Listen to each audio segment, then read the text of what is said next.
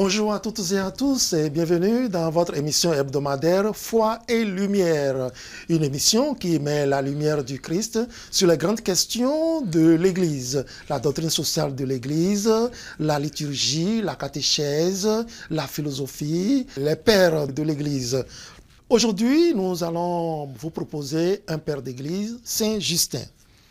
Il aura cherché partout, auprès de toutes les écoles de pensée, la vérité qui libère, et il la trouvera dans la personne du Christ, sans pour autant renoncer à la quête philosophique.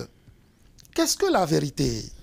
Cette question que Pilate pose au Christ pourrait résumer à elle seule et l'authentique recherche par beaucoup d'âmes sincères de la lumière divine et l'incapacité pour les philosophes païennes d'y apporter une réponse vraie. Cette quête, dans les années 130, entre un étudiant palestinien nommé Justin. Il n'aura de cesse de trouver la réponse à ces interrogations et quand il l'aura trouvée, il ne cessera plus de vouloir la communiquer à tous ceux qui l'entourent. Jusqu'au martyr, Saint Justin. Qui est-il? Qu'a-t-il fait? Quelle était sa philosophie? Comment est-ce qu'il a fait son chemin de Damas? Nous allons explorer tous ces contours avec le Père Justin Agosso-Kwevi, que nous saluons. Père Justin, bonjour. Bonjour, Père Alain. Je vous rappelle que le Père Justin est docteur en philosophie et également en théologie morale. Tout de suite, Père Justin, vous portez le nom d'un grand saint, d'un père de l'Église. Et depuis que vous avez commencé à vous rendre compte que c'est un père de l'Église, un philosophe, un martyr, est-ce une simple fierté pour vous ou bien une obligation de l'imiter? Père Justin. Voilà, ben c'est une fierté pour moi de porter donc ce nom. Et donc, comme tout chrétien, et lorsque nous portons le nom d'un saint, nous avons quand même aussi l'obligation de faire l'effort de lui emboîter donc les pas. Et nécessairement, donc, ce que nous vivons au quotidien doit s'efforcer autant que faire se peut de tendre vers le Christ à travers celui qu'il a vécu avant nous. Donc tous nos aînés dans la foi, que j'appelle donc les saints, dont Saint Justin. Mais c'est une fierté pour moi de porter ce nom. Voilà. Mais Père Justin, dites-nous, on l'appelle Père de l'Église. Situez-nous un peu. Qui peut-on appeler Père de l'Église? Voilà, donc le titre de Père, évidemment, donc c'est un titre donc, qui est très connu. C'est Dieu donc qui est Père. Et il faut pouvoir faire l'expérience donc de la paternité divine, pouvoir exercer dans le quotidien. Et donc les pères de l'Église, donc n'ont pas ce titre, on ne doit pas confondre ce titre avec les titres donc les pères que nous autres nous portons de par donc notre ordination. En fait, donc le titre de père de l'Église remonte à la deuxième partie donc du IVe siècle, et pour surtout désigner ceux-là qui ont vécu à une période de l'éclosion de la foi chrétienne et surtout de la formulation de la doctrine chrétienne en ses débuts. Et comme tels, ces gens-là, ils sont donc les témoins insignes du passé du christianisme et en même temps les chaînons donc de la tradition. Et donc, n'est pas n'importe qui n'est père. Et il ne faudrait pas confondre donc les pères de l'Église avec donc le titre de père que les évêques qui siègent par exemple dans une réunion d'une assemblée conciliaire donc peuvent porter, ou le titre de père que les prêtres qui ont été ordonnés donc peuvent porter. Mais il y a quand même des saints.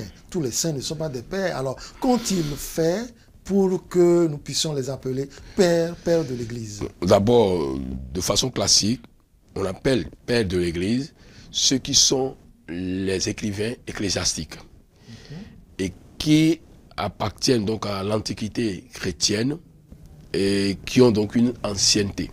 Et donc il y a des critères à partir desquels on peut leur donner donc ce nom. Par exemple, je peux énumérer donc 4 critères à partir desquels donc on peut dire de quelqu'un qu'il est père. D'abord, il faut l'orthodoxie de sa doctrine, il faut la sainteté de vie, il faut l'approbation de l'Église et il faut l'ancienneté. Voilà. Donc, ouais, donc vous parlez donc de Justin. Quand on est père, point n'est besoin d'être prêtre ou d'être évêque. Et donc un laïc donc, peut être prêtre. Il y a des pères de l'Église qui sont des évêques, par exemple Saint Basile. Il y a des pères de l'Église qui sont donc des prêtres, Saint Jérôme par exemple. Et il y a des laïcs aussi qui sont des pères de l'Église, tels que Justin ou bien Saint Prosper. Ça veut dire donc qu'on n'a pas besoin d'être prêtre pour être père de l'Église. Justin n'est pas prêtre. Justin n'est pas prêtre, donc c'est un laïc. Voilà. C'est un laïc, donc il y a un laïc donc, qui a vécu donc la vie chrétienne et qui a fait la rencontre du Christ. Et le Christ donc a façonné, modelé donc sa vie. Et il faut aussi distinguer les pères de l'Église, donc de ce qu'on appelle ordinairement aujourd'hui les docteurs donc, de l'Église. Voilà, justement. Voilà. Quelle est la nuance? Toujours question de terminologie. Docteur de l'Église, père de l'Église, clarifiez-nous. En parlant tout à l'heure de père de l'Église, quand j'ai énuméré donc les critères, il y a un critère important, décisif, donc c'est le critère de l'ancienneté. On ne peut pas être père de l'Église si on n'est pas ancien. Donc ceux-là même qui ont été au début donc du christianisme, certains d'entre eux même ont connu donc les apôtres. Et donc c'est à ce titre-là qu'on est père de l'Église. Le critère décisif, l'un des critères décisifs donc c'est l'ancienneté. Mais on peut être docteur de l'Église. L'octroi du titre de docteur de l'Église ne nécessite pas nécessairement l'ancienneté. Et donc le titre de docteur de l'Église est octroyé soit par le pape ou soit donc par un concile à quelqu'un en raison donc de sa science éminente. Qu'on lui confère donc ce titre de docteur de l'Église. Donc on peut être père de l'Église et en même temps docteur de l'Église. Mais on peut être docteur de l'Église sans être père de l'Église. Et comme on peut être père de l'Église sans être docteur de l'Église. Donc nous connaissons donc des pères de l'Église qui sont en même temps donc des docteurs de l'Église. Et nous connaissons aussi donc des gens, aujourd'hui par exemple il y a des Sainte Thérèse de l'Enfant Jésus qui est docteur de l'Église, mais elle n'est pas père de l'Église. Et donc c'est surtout la différence, les deux donc se situe au niveau de l'ancienneté. Les docteurs de l'Église donc n'ont pas besoin d'être anciens. Mais vous ne pouvez pas être père de l'Église si vous n'êtes pas un ancien. Donc il faut être un ancien. Et donc appartenant vraiment donc un peu à l'Antiquité et vivant donc dans l'Église catholique. Voilà, Père Justin, nous allons commencer à aborder la question de ce jour. Saint Justin, nous voulons le connaître, le découvrir, sa pensée. Qui est-il, l'homme? Et de quelle époque était-il? Bon, c'est-à-dire Saint Justin, donc habituellement c'est un philosophe, un grand philosophe, qui n'est pas beaucoup connu, on ne parle pas beaucoup de lui. Mais c'est un philosophe donc, qui continue donc de faire parler de lui-même. Et ce qui est intéressant, comme j'ai dit tout à l'heure, Justin, c'est un laïc. Et beaucoup ne le savent pas. C'est un laïc. Et le fait donc qu'il soit laïc et qu'il devienne saint nous montre déjà donc que la sainteté n'est pas l'appareil donc de clerc. Et ce n'est pas parce qu'on est prêtre que d'office, donc, nous avons le monopole donc, de la sainteté. L'esprit souffle où il veut. Voilà. Et donc la sainteté est l'appel universel de tous les chrétiens. Et donc voilà, celles qui nous écoutent doivent comprendre donc que ce n'est pas parce qu'on est prêtre ou bien on est âme consacrée que déjà nous avons le monopole de la sainteté. Donc les laïcs aussi sont appelés à être saints. Et Justin donc en est un exemple. Et donc c'est un païen. Un païen, donc quelqu'un qui ne connaissait pas donc du Christ, un païen, et qui est en même temps donc un notable, épris de justice, et qui a fait la rencontre donc du Christ. Mais ça n'a pas été fait du jour au lendemain. Mais c'est quelqu'un qui était habité par une seule préoccupation, la quête de la vérité. Et habité par cette quête de vérité, il a cherché dans plusieurs écoles philosophiques. Il a été déçu par les stoïciens, il a été déçu par les pythagoriens, il a été déçu par les péripatéticiens, donc pas beaucoup de philosophes. Il n'a rien trouvé donc en eux, jusqu'à ce qu'il... Mais comment se rendait-il compte que ce qu'il cherchait ne le trouvait pas encore? Ouais, c'est-à-dire, on peut dire ce que Justin ressentait par ce que Saint Augustin va dire plus tard. Saint Augustin dit, notre cœur est sans repos, tant qu'il ne se repose pas en Dieu. Tu nous as fait pour toi. Pour toi. Tu nous as fait pour toi. Et notre cœur sans repos. Il y a une tradition qui dit notre cœur est inquiet. Il y a une autre tradition qui dit mais notre cœur est déséquilibré tant qu'il ne se repose pas en toi. Et donc, Justin ne trouvait pas la paix de son cœur à travers donc tout ce qui se disait. Toutes ces différentes écoles-là étaient vraiment, ne l'apaisaient pas. Il a tenté de trouver un apaisement avec un néoplatonicien. Et ces néoplatoniciens lui a dit, bon voilà, donc il faut tendre, il faut faire, donc il faut tendre donc vers les réalités spirituelles. Mais très tôt, il a été déçu. Il est toujours, il est la hanté, quête de la vérité. il est hanté donc par cette inquiétude donc de pouvoir découvrir donc la vérité. Et c'est quand il a rencontré, en cherchant après avoir été déçu donc par toutes les différentes écoles qui ne lui ont pas donné satisfaction, il a rencontré finalement donc un mystérieux vieillard. Un mystérieux vieillard qui est un chrétien. Et ce mystérieux vieillard lui a fait découvrir l'écriture sainte. Donc au lieu donc de lire les paroles humaines, ce mystérieux vieillard lui a fait découvrir l'écriture sainte. Et ce qui est important, et ce qui montre vraiment donc que la conversion n'est pas le fruit d'un effort humain, ce n'est pas parce qu'on fait des efforts, on va travailler. Il faut quand même en faire. Oui, il faut en faire. Mais il y a quelque chose que Jésus même a dit dans l'écriture sainte et qui s'est réalisé dans la vie de Saint Justin. Jésus a dit, la chair n'est capable de rien. Et quand Jésus parle de la chair dans l'évangile de Saint Jean, il ne s'agit pas seulement donc de masse de corps, non. Il s'agit surtout de tout ce qui relève de l'humain, de l'effort, de la volonté, de désir, de l'envie. Certes, il faut en avoir, mais ça ne suffit pas. C'est l'esprit qui vivifie. Ce qui fait que quand Justin a fait, après avoir échoué dans toutes ces écoles philosophiques, à avoir donc cette paix de cœur, quand il a rencontré donc ce mystérieux vieillard chrétien, la première chose que ce vieillard lui a fait découvrir, c'est la parole de Dieu. Et ce vieillard lui a dit, il faut que vous priez. Il faut prier pour que la porte de la lumière vous soit ouverte. Et donc, personne ne peut connaître Dieu et Jésus-Christ si Dieu et Jésus-Christ ne lui en donne pas donc la lumière. Alors, à l'école de ce vieillard-là, Justin a commencé par se familiariser avec la parole de Dieu. Et c'est alors qu'il a demandé à être baptisé dans les années 130. Et il est baptisé. Et donc c'est par la grâce donc à ce vieillard que Justin a fait la rencontre donc du Christ. Et ce vieillard l'a aidé à associer méditation, lecture de la parole de Dieu et vie de prière. Et c'est à travers donc cette vie de prière et cette lecture de la parole de Dieu qu'il a pu découvrir, comme Saint Augustin l'avait déjà dit plus tard, bonté suprême, tu étais au-dedans de moi et moi je te cherchais au dehors. Mais Justin va le dire en disant, mais en chacun de nous, il y a le logos de Dieu. Et donc tout être qui a été créé, tout être de raison qui a été créé, participe alors au logos de Dieu. Et ce logos de Dieu, c'est le verbe de Dieu, celui par qui tout a été fait. Et rien de ce qui a été fait n'a été fait sans lui. Donc Justin dira, tout être raisonnable a la capacité de découvrir l'action sublime de ce verbe donc en lui. Et c'est à partir de là qu'il a fait donc cette rencontre donc du Christ. Il n'a plus jamais donc quitté le Christ. Mais quelle était sa pensée? Mais la pensée de Justin, c'est une pensée dense.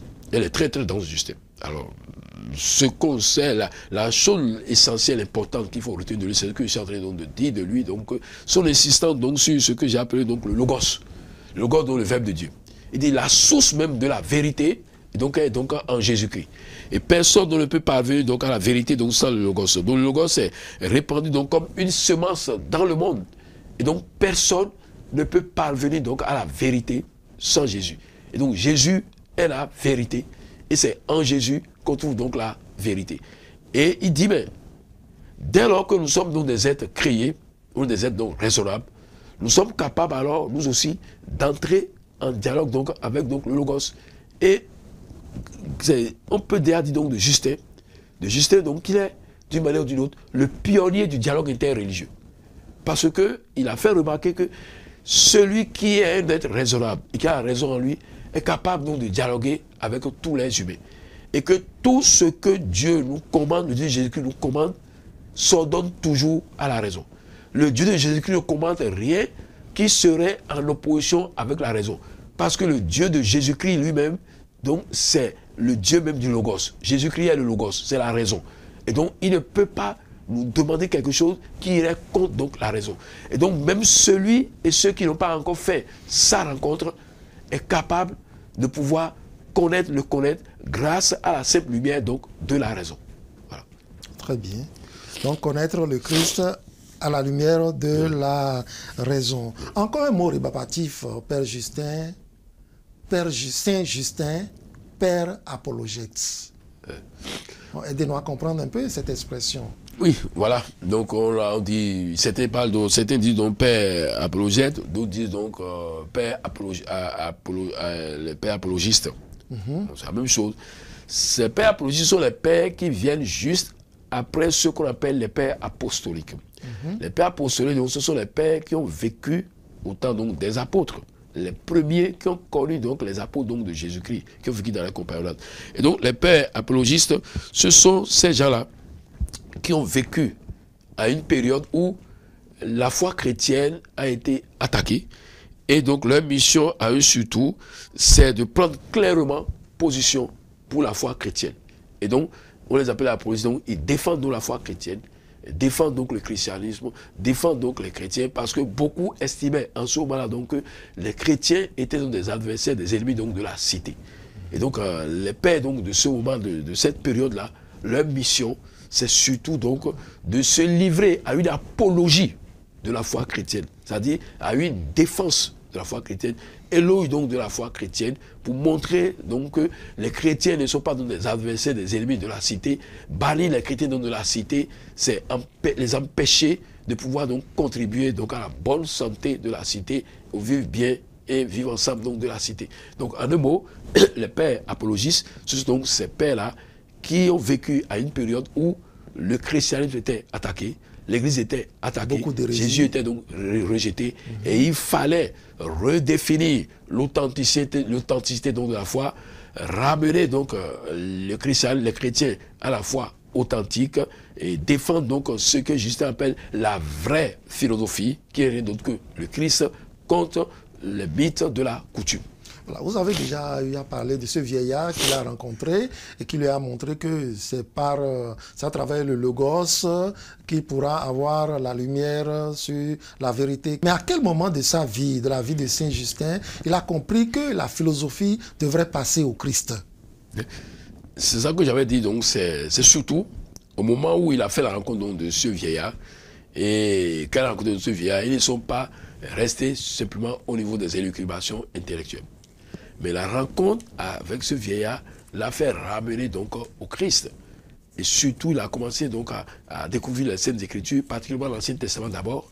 Et il a vu donc tout ce que on a dit donc dans l'Ancien Testament se réalisait donc à la personne donc du Christ.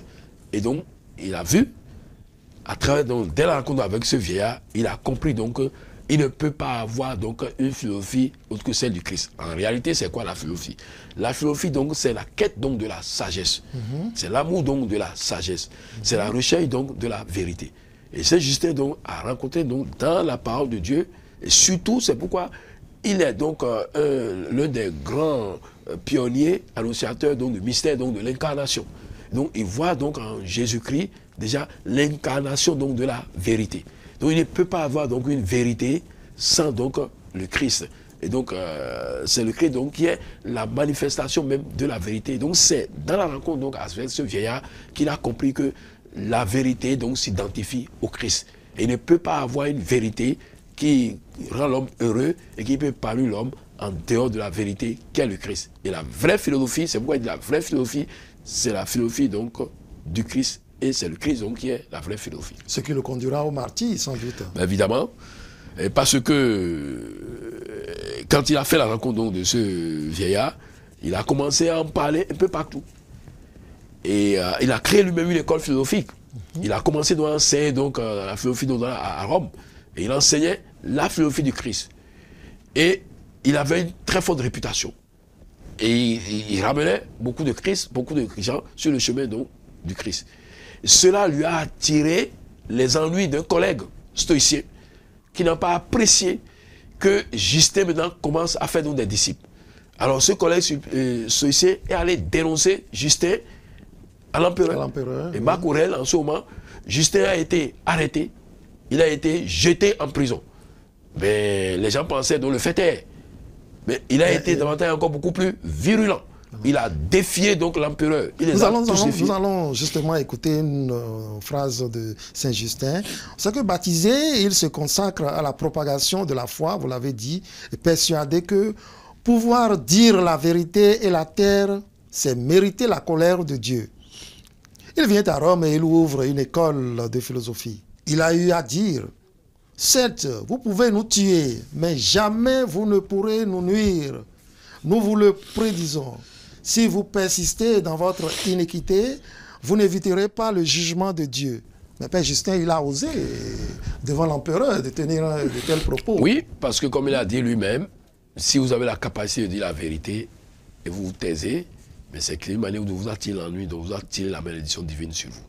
Et donc Justin, il a été courageux, intrépide, et d'ailleurs aujourd'hui... Et ça s'applique à nous, ça peut s'appliquer à nous aujourd'hui. Mais ça que je dis aujourd'hui, où la vertu donc du courage ne court plus donc les rues, et nous sommes tétanisés donc par la peur, à l'école de Saint-Justin, nous devons tous apprendre, demander au Seigneur surtout la grâce donc du courage de la vérité.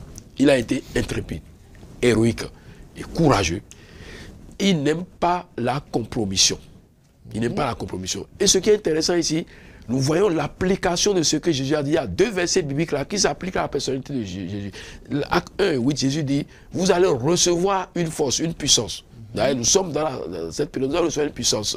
Et vous serez donc mes témoins de Jérusalem jusqu'à Samarie, jusqu'aux extrémités du monde, en passant donc par la Samarie. Et il y a une autre parole qui dit, quand vous serez traînés donc devant les juges, ne vous souciez pas de ce que je vous dis, ce que vous allez dire. En son temps, moi-même, je vous inspirerai la parole que vous allez dire, à laquelle vos adversaires ne peuvent pas donc tenir tête. Et donc, Justin a fait la rencontre donc du Christ. Il s'est laissé entièrement, totalement entre les mains du Christ, et désormais, il n'a plus peur de rien ni de personne. Il a eu le courage de défier donc l'empereur en lui disant non. Vous ne pouvez, vous êtes en train d'outrepasser les limites de votre compétence. C'est ce qu'il dit. Il faut rendre à César ce qui est à César et à Dieu ce qui est à Dieu. Et donc on ne peut pas accepter, Justin ne pouvait pas accepter que l'empereur maintenant puisse prendre les droits qui relèvent donc, les droits qui appartiennent donc à Dieu. Et donc il a eu le courage de lui dire non quand il faut dire non et oui quand il faut dire oui.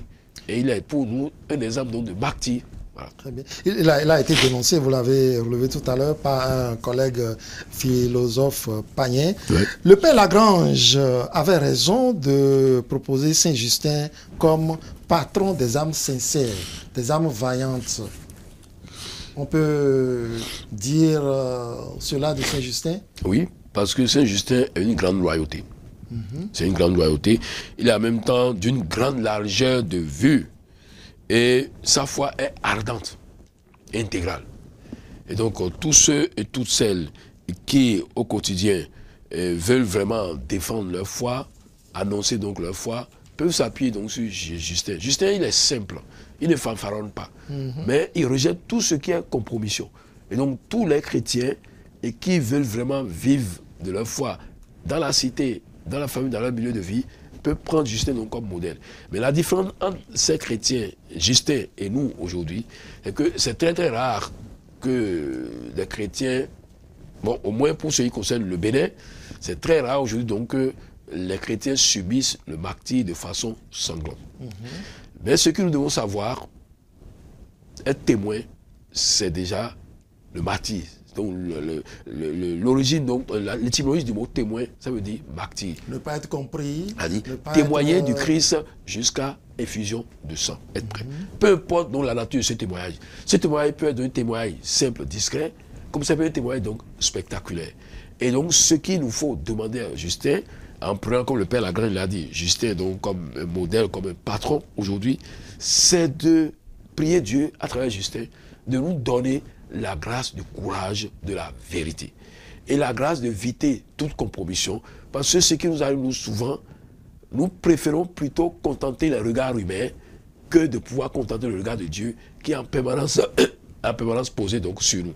Et ce qui est difficile pour les chrétiens aujourd'hui, nous tous, c'est le courage de dire oui quand il faut dire oui, de dire non quand il faut dire non, en sachant bien sûr qu'on sera incompris. Pour Justin, lui, il ne cherchait pas du tout donc la compréhension donc des hommes. Mais pour lui, il n'était pas question de négocier avec la vérité. Quelle que soit votre identité, quand c'est oui, Justin est prêt à vous dire oui. Quand c'est non, il est prêt à vous dire non, au risque même de sa vie. Son parti pris. Mais quand il arrive des fois où le oui est intéressé, où c'est le non qui doit être dit qui est intéressé, alors au nom de cet intérêt-là, on préfère vendre sa foi et... Oui, c'est ça qu'on appelle aujourd'hui la compromission. Justin, lui, refuse même compromis et compromission. Voilà. Et il était prêt pour lui. On ne doit pas, comme l'Évangile dit, les chrétiens, donc, c'est les lumières. Mais aujourd'hui, les chrétiens sont en train de transformer l'évangile, le sel, en sucre. En sucre, et puis on n'est plus prêt à risquer donc notre vie. On n'est plus prêt à risquer notre vie. Nous avons parfois le Christ donc, sur les lèvres, mais nous n'avons pas donc dans le cœur. Celui qui veut me suivre, qui prenne sa croix. Voilà. Pendant les moments difficiles, nous ne sommes pas toujours prêts à risquer notre vie. Et bien, ce que je voudrais dire, ce que Justin a vécu, ce n'est pas quelque chose qui est arrivé du jour au lendemain, mais c'est la préparation de toute une vie. Et donc, Justin a pu risquer sa vie parce qu'il y avait de la provision. Et donc, pour pouvoir improviser, il faut avoir de la provision. Si nous devons improviser un risque, une attitude donc, adéquate, il faut chaque jour se donner des provisions. C'est-à-dire, il faut chaque jour cultiver une intimité avec le Christ. Mais la conversion est une grâce, vous l'avez dit au début. C'est une grâce, mais c'est une grâce qu'il faut entretenir. Il faut entretenir, et c'est pas quelque chose qui est acquis une fois de bon.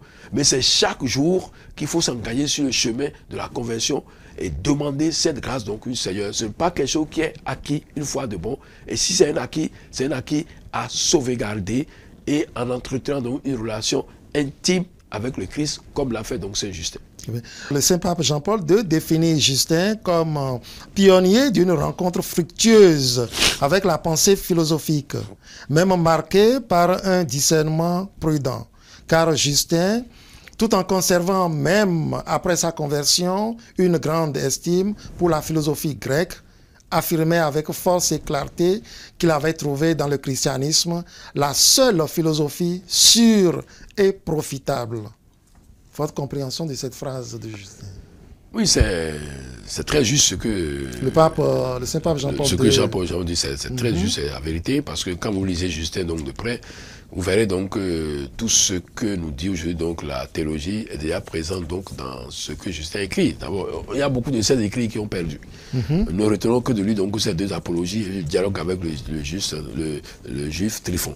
À travers donc, le dialogue avec le juif Tryphon, Justin entre en débat avec donc, les juifs pour montrer donc comment le Christ assume donc l'héritage juif. Et ce qui est intéressant pour montrer donc que Justin a déjà anticipé toute la théologie aujourd'hui. Aujourd'hui, par exemple, on parle de Marie donc, comme la nouvelle Ève. Justin est la première donc, à pouvoir le dire. C'est lui qui est le premier à définir Marie donc, comme la nouvelle Ève. Et la théologie s'en sert aujourd'hui. Et le pape Jean-Paul II l'a dit, et le pape Benoît XVI aussi a insisté en disant Justin est le pionnier du dialogue interreligieux. Oui. Et à travers donc, son dialogue donc, avec le juif Tryphon, on voit clairement donc, que même ceux qui ne partagent pas notre foi, mais sur le terrain de la philosophie, de la rationalité, on peut donc se rejoindre. Le pape l'a fait remarquer donc, dans Fides et Ratio. Et Benoît XVI aussi donc l'a dit. Et donc il est le pionnier de ce dialogue interreligieux qui est cher aujourd'hui à l'Église. Mais est-ce que le juif Tryphon a accueilli sa pensée? Oui, il y a eu ce dialogue. Il y a eu ce dialogue, il y a eu de temps en temps de certaines résistances. Eh bien, ça n'a pas empêché Justin d'aller jusqu'au bout. Et c'est là qui est important. Pour qu'il y ait dialogue aujourd'hui, il faut que les règles de dialogue soient respectées. Il n'a pas accueilli, mais il a écouté. Et l'une des premières règles du dialogue aujourd'hui, c'est écouter. Il faut apprendre. Écouter ne veut pas dire qu'on est d'accord. Le Tryphon l'a écouté. Justin aussi l'a écouté. C'est d'ailleurs la première loi deutéronomique. Voilà. Écoute Israël. Écoute Israël. Donc aujourd'hui, pour qu'il y ait dialogue, il faut qu'il y ait écoute. Et c'est dans cette écoute que nous pouvons honorer ce que j'oserais appeler aujourd'hui le désaccord raisonnable. Et donc, je sais pourquoi tu es en désaccord avec moi. Moi, je sais pourquoi je suis en désaccord avec toi. Et ça, c'est aussi le travail donc, du logos. C'est le logos donc, dont il parle, le verbe de Dieu. Qui habite chacun. Qui habite chacun de nous et qui permet à chacun de pouvoir comprendre ce que Dieu veut de lui. Et dans ce dialogue-là, il faut donc qu'on fasse l'effort de faire taire certaines passions, de faire taire donc certaines résistances pour être à l'écoute donc de l'autre en se disant l'autre a toujours quelque chose à me dire, moi j'ai toujours quelque chose donc à dire à l'autre. Vous êtes docteur en théologie morale. De Saint-Justin, nous tenons ceci. Nous savons qu'il a critiqué les mythes païens, les sacrifices et les différents rites considérés comme absurdes et néfastes à la moralité. Oui, tout à fait, parce que en réalité, Justin lui-même, il est païen. Enfin, il a été païen. Donc, il a quitté le paganisme. Il est issu d'une famille païenne. Il a quitté le paganisme pour la foi chrétienne. Et donc, qui, mieux que lui, peut nous instruire sur l'incompatibilité entre la foi chrétienne et certaines pratiques païennes? Mais en même temps, c'est lui qui dit que dans toutes les religions, il y a déjà ce qu'on appelle les pierres d'attente. Il y a les pierres d'attente qui sont là.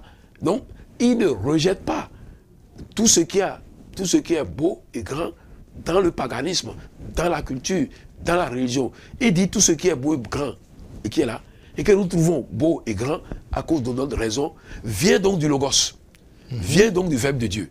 Et c'est par ce Verbe de Dieu que nous comprenons que ça c'est beau et c'est grand, et il y a compatibilité avec la foi chrétienne.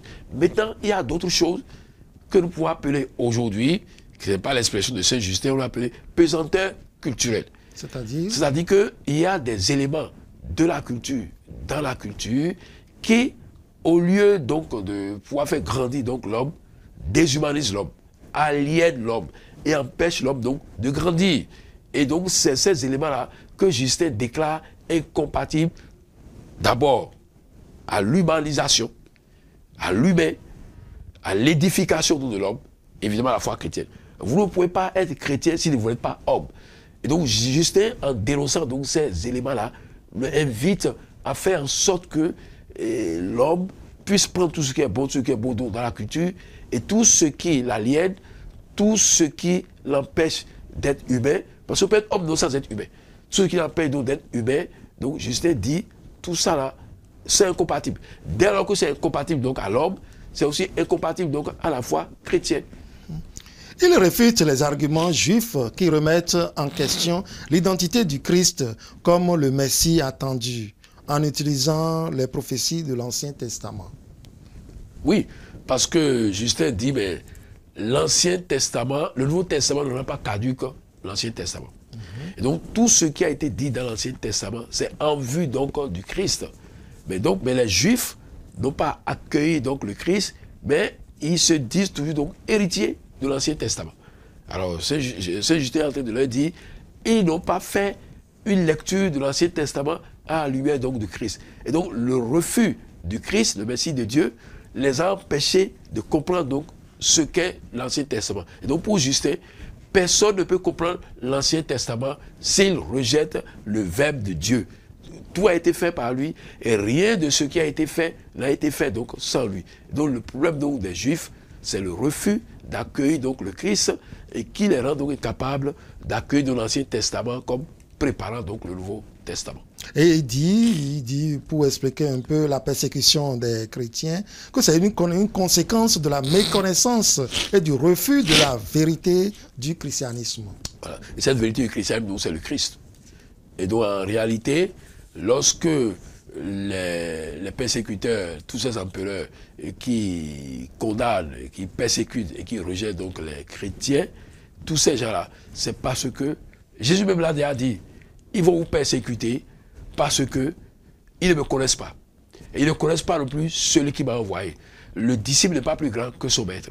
Et l'envoyé n'est pas plus grand que celui qui l'a envoyé. On m'a persécuté, on vous persécutera vous aussi. C'est parce que les persécuteurs ne connaissent pas le Christ qui sont en train de persécuter les chrétiens. Mais à travers donc les chrétiens, c'est Jésus qui est donc le logos du Père, la vérité, la vraie vérité qui sont en train donc de persécuter. Et dès qu'ils vont faire la rencontre donc de Jésus-Christ, ils pourront donc laisser tranquille donc les chrétiens. Il présente la foi chrétienne comme un chemin vers la connaissance de Dieu et la vie éternelle. Païen d'hier, qui tient ce langage, il n'est quand même pas théologien, à ce qu'on sache. Alors que voilà qu'un païen d'hier, certainement qui a fait son chemin, il a rencontré le Logos qui habite en lui, il y a cru, et finalement il dit, c'est le chemin vers la connaissance de Dieu et la vie éternelle.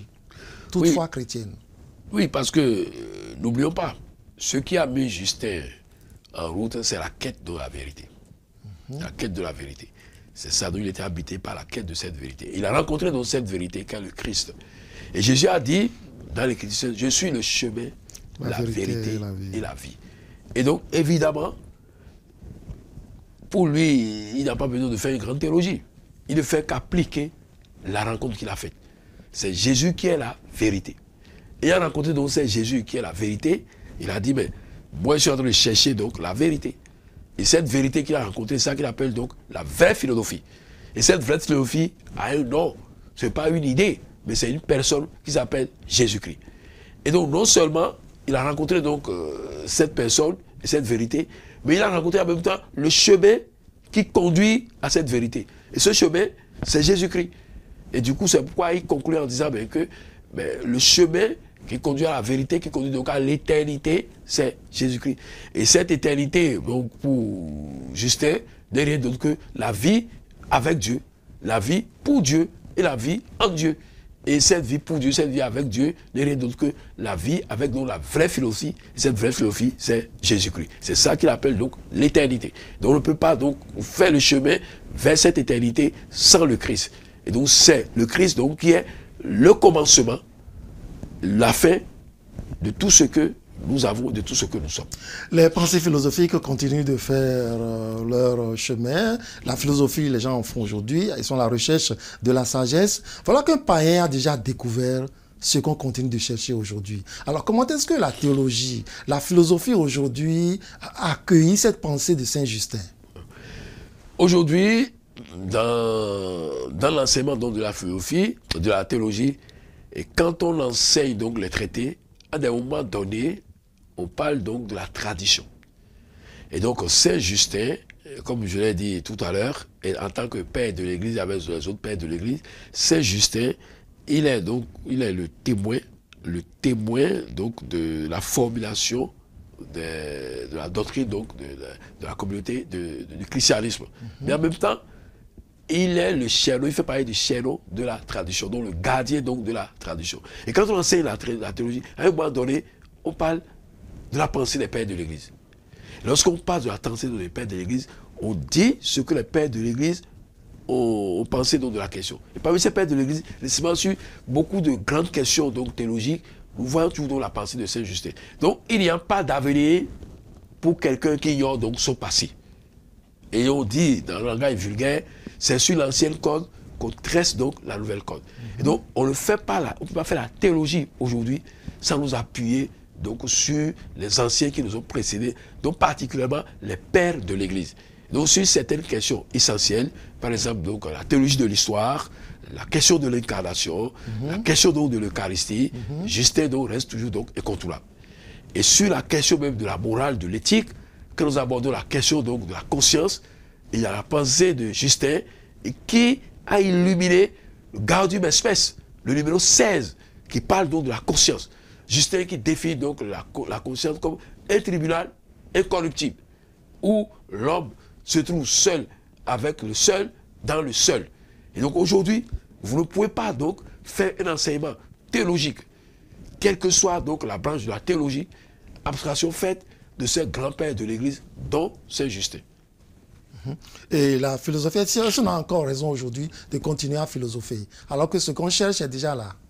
Non, on doit toujours chercher, comme dit Saint Augustin. À la recherche de quoi alors? Mais la vérité, on dit, il faut chercher le Seigneur.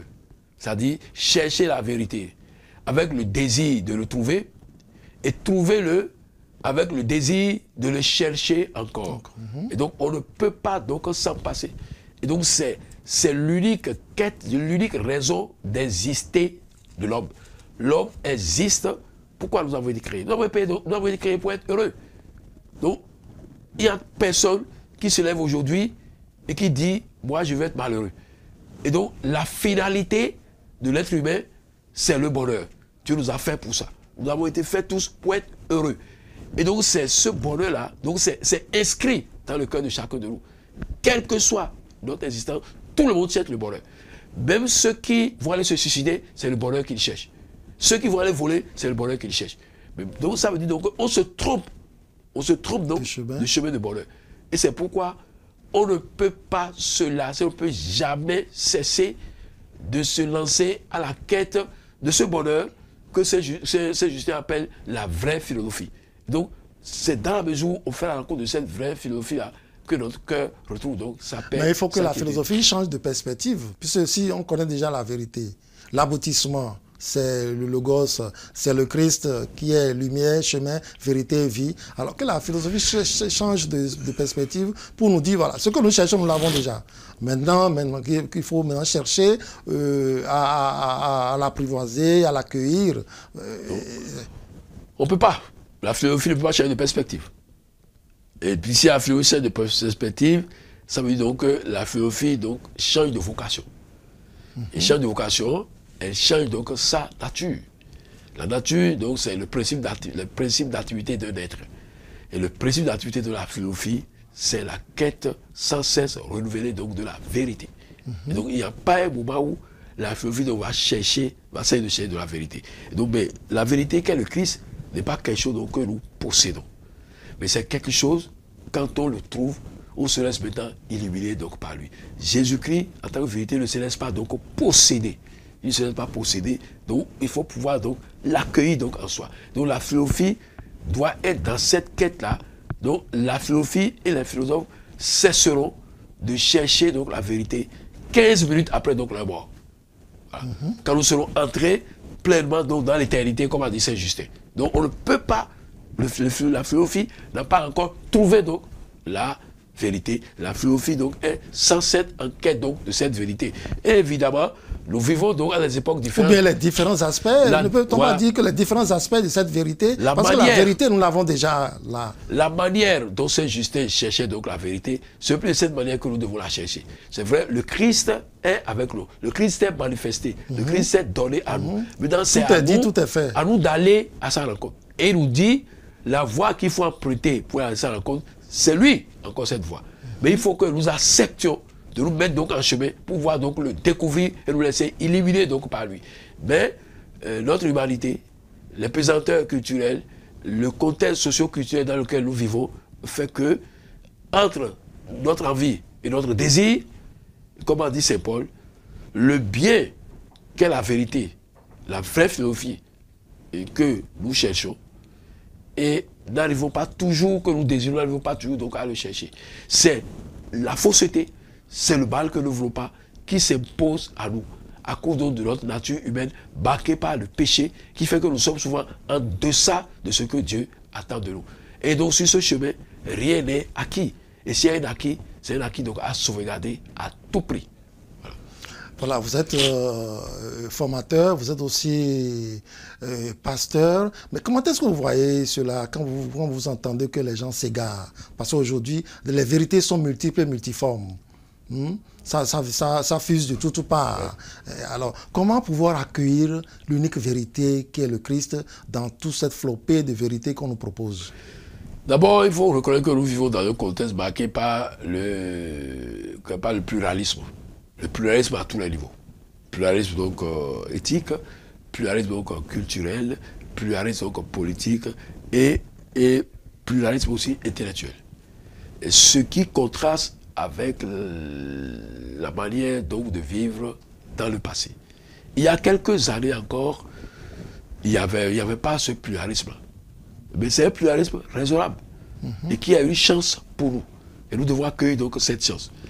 Mais ce pluralisme aussi a l'inconvénient, et si on ne fait pas donc attention, de nous faire tomber donc dans un relativisme. Et nous allons penser que tout se vale. Non, tout ne se vale pas. Donc nous devons donc faire l'effort au cœur donc de ce pluralisme-là, de faire un travail donc de discernement. On doit pouvoir faire un travail donc de discernement parce qu'on vit donc dans un monde, dans une société où il y a une cohabitation entre le bien et le mal, il y a une cohabitation entre le faux et le vrai, et il y a une cohabitation entre donc, le péché donc, et la grâce. Et nous devons opérer chaque fois donc, un discernement, et pour pouvoir donc, choisir ce qui est bien, réalité donc ce qui est mauvais, choisir donc ce qui est vrai, réalité donc ce qui est faux.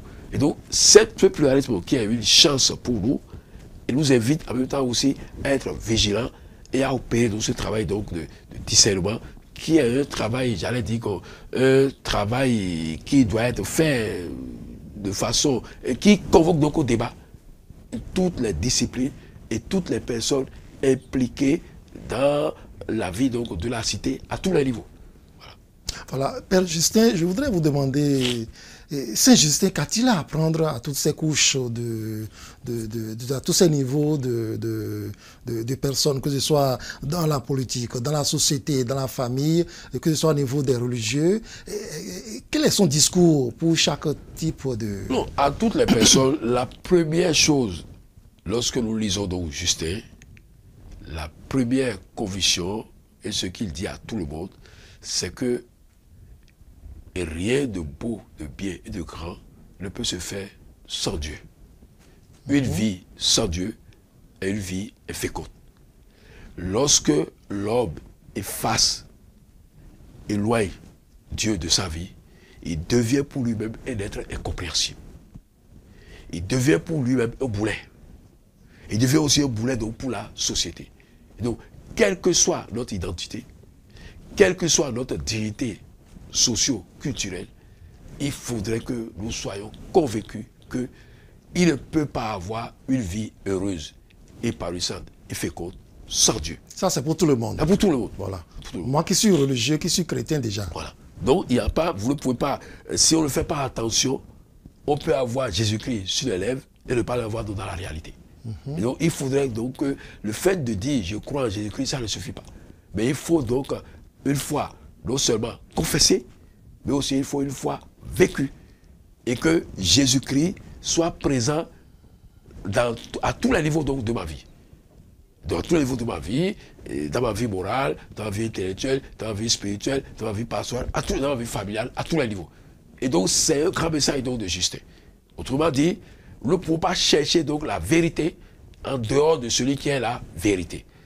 Nous ne pouvons pas être donc, heureux en dehors de celui qui est la source donc, du bonheur. Et donc Jésus-Christ est la source donc, du bonheur. Et quand on évacue Jésus-Christ donc, de sa vie, c'est que l'homme nécessairement donc, échoue. Et c'est comme si c'est une rivière qui est coupée donc, de sa source. Donc inutile de courir tout seul. Voilà. Oui, sans Dieu, mais la vie n'a pas de sens. Une vie sans Dieu est une vie donc, qui n'a pas de sens. Une vie infructueuse, une vie donc inféconde, et une vie qui ne peut pas donc, porter donc, des fruits. Voilà, Père Justin, nous tendons vers la fin de notre émission. Et vous nous avez permis de découvrir Saint Justin philosophe, Saint Justin chrétien, Saint Justin mordu pour la cause de Dieu, passionné de la vérité, Saint Justin qui nous indique le vrai chemin de la philosophie.